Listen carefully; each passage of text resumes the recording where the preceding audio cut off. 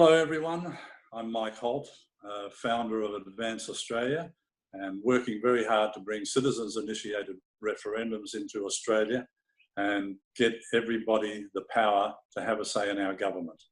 And I'm talking this morning with Ivan. Ivan, would you like to introduce yourself? Who are you and what do you do? Sure. My name's Ivan Janesovic. My main title is CEO of CIR.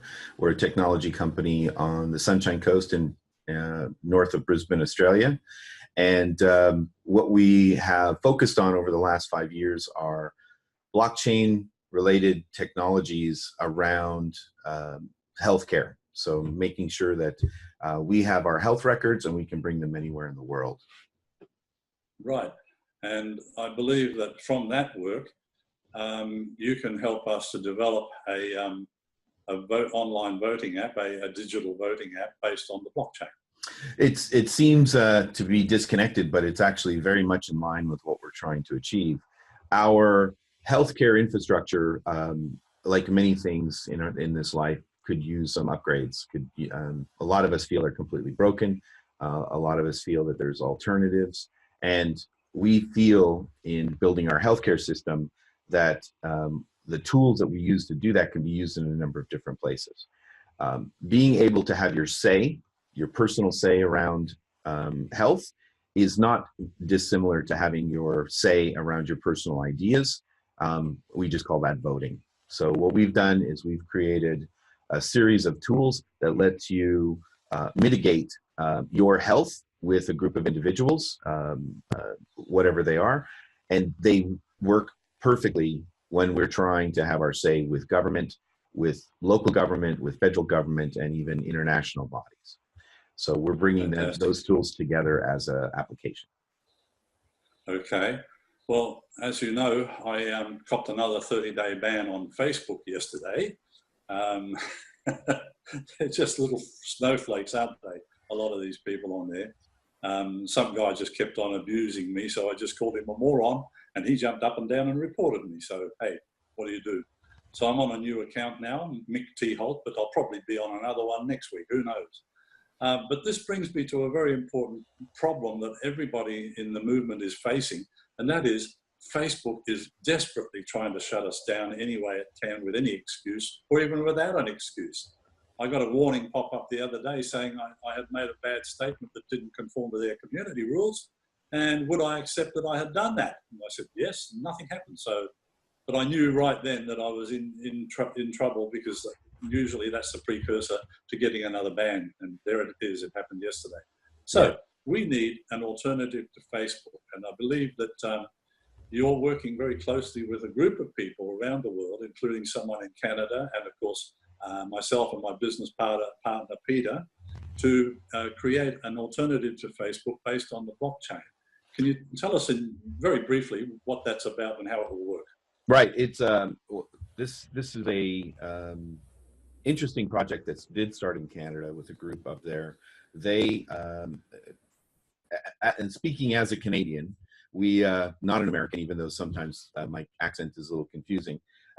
We tend to have a more global view than, say, people in the United States, as just a generality. What they did is they wanted to decorporatize the functionality that Facebook has. So Facebook does benefit a lot of us. We do get to communicate with our friends very easily. We get to communicate with the world at large. But they have created, in my opinion, a very policed state. Coming from our healthcare industry, I've been chastised by Facebook by putting ads up. Ads in which I am trying to put forth the idea that individuals should own their health data. And they should be able to pay for that health data with cryptocurrency around the world, so that we can have a very simple methodology to get second opinions from other people. Now, I would have thought that would be... Right, I thought that would be fairly innocuous. I didn't think we'd have any problems with that. But we couldn't promote. We couldn't promote because they said, oh, you're promoting a cryptocurrency. Well, we were promoting the use of a cryptocurrency, but not necessarily advocating that we get away from fiat currency. And like you said, I'm not sure if I like the term snowflakes, because snowflakes mean a lot to Canadians. It's our water source. So they're snowflakes are where we get our life from in Canada. But the concept that people are easily turned off by ideas is problematic, I think, in our culture in general, and it has gotten to the point that we can't seem to operate with common sense. And so this Facebook system that they developed in Canada doesn't allow for editing. There is no central managing authority that says no or yes. So it is a little Lord of the Flies sometimes. You do have to have a little bit of a thicker skin, but no more so than you do have walking down the street, right? So this new form of Facebook is hoping to mitigate the issues we have with the current Googled and Facebooked society that we're building right now. Well, we've hooked up with a bloke down here in Australia who has developed the back end for this. So marrying that up with the development of the actual front end by our friend over in Canada means that we're going to have a substitute Facebook much quicker, doesn't it? Well, yes, much more than you'd think, because we're doing a lot of copying and pasting of existing systems. We do have to put some technology in the background. We want to add a component of the blockchain so that people can't edit history. We want to be able to add a de-identified mechanism for voting so that you can have your say and not get bashed for what you're trying to vote on. And so we are creating kind of a platform that has three solid legs. So we have the Facebook community aspect being built in Canada. We have a clean, non-manipulated back end that's being developed here in Australia. And then we're adding a blockchain mechanism so that neither one of them has absolute control, and that every individual has absolute control of their information. Fantastic, and that's what we really need. And this all comes back to freedom of speech and the people having a say. Now, talking of that, I'd like to go back now to citizens-initiated referendums, which is, as you know, a dear subject in my heart. I had a chat with you the other day, and you told me some pretty astonishing stuff about what we can expect once we get CIR, citizens-initiated referendums, or as the French say, referendums initiated by the citizens, RIC. Either way, it doesn't really matter. Let's talk about, first of all, how CIR would work in the Australian political scene. Well, let's take a step back from that, I think, even. So one thing I don't want people to misrepresent is I'm pro CIR, I'm pro RIC, but not in the way most people think. I am not talking about a specific set of votes I'd like to put in place or a specific set of ideals. No. What I think is broken is the way we vote. I think the way that we are represented is what's broken. So I agree. And actually, if I may interrupt here, this is one of the problems that a lot of people are having understanding with the yellow vests in Australia, because they are marrying CIR with all these other problems that we face. And most people in yellow vests don't understand that before we can solve any problems, we must have CIR in place so that we can have our say. And, that's exactly it. That's exactly the problem. Got that, then we can worry about all the other things, you know? Yeah. The thing that people, I think the component of this that people are stepping over is the way that we're voicing our opinions. You know, you don't see yellow vests with placards walking up and down the streets like we do in France here in Australia. We're community-minded individuals that are coming together and just trying to get people aware of a different way of voicing your opinion. In France, they've gone to the next step. They've tried that. They tried the simple, let's just get together in small communities and have these discussions. And some very brilliant intellectuals have come up with some very unique ways of solving voting problems, communication with the government, things like that. But it didn't seem to go anywhere. So with CIR and with the RIC in France, of course, you need to make these ideas public. You know, we need to have these marches, these sit-ins, these things like this. This is not uncommon in any country in the world. There is a No. Whenever there is a separation of logic that's being used by the government as opposed to the logic that's inherent in the people, problems start to occur, tensions start to occur. At this point, what's going on in France has really exploded.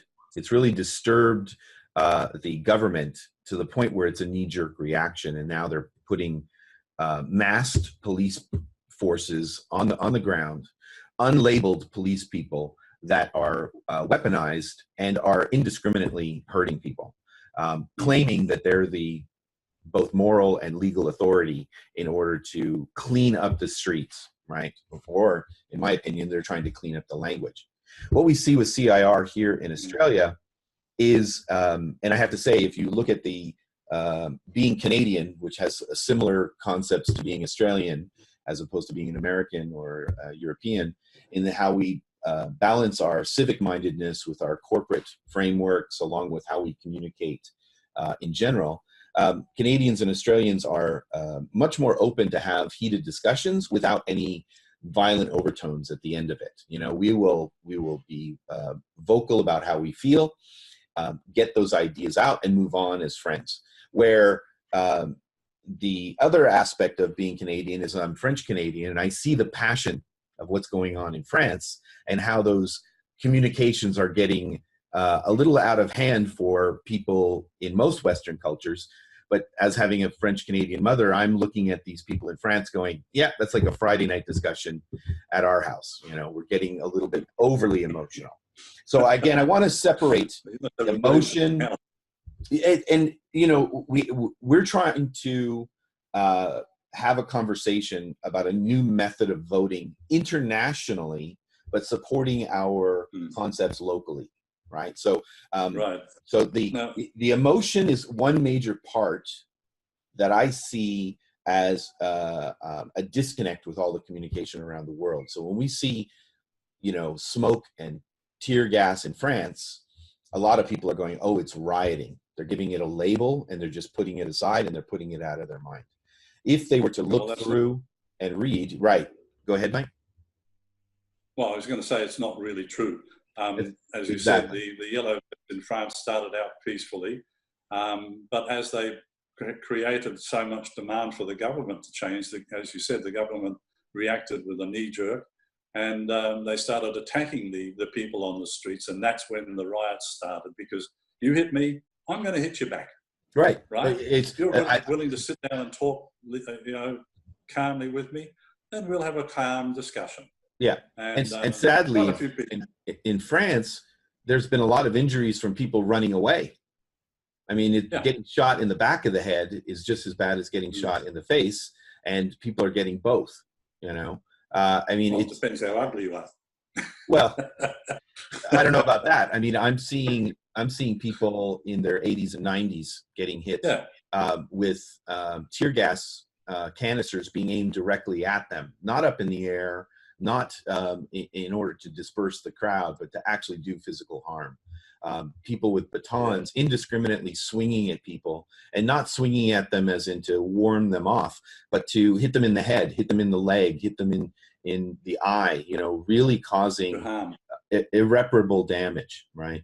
So these emotions, I want to set aside. They're evident in all types of large-scale communication in this way, because we tend to get emotional when we're not heard. And what CIR is, and what RIC is the ability to be heard. That's the core to me, is if we can create a methodology where we can dissipate this frustration by actually feeling like we're heard, we won't have people in the streets.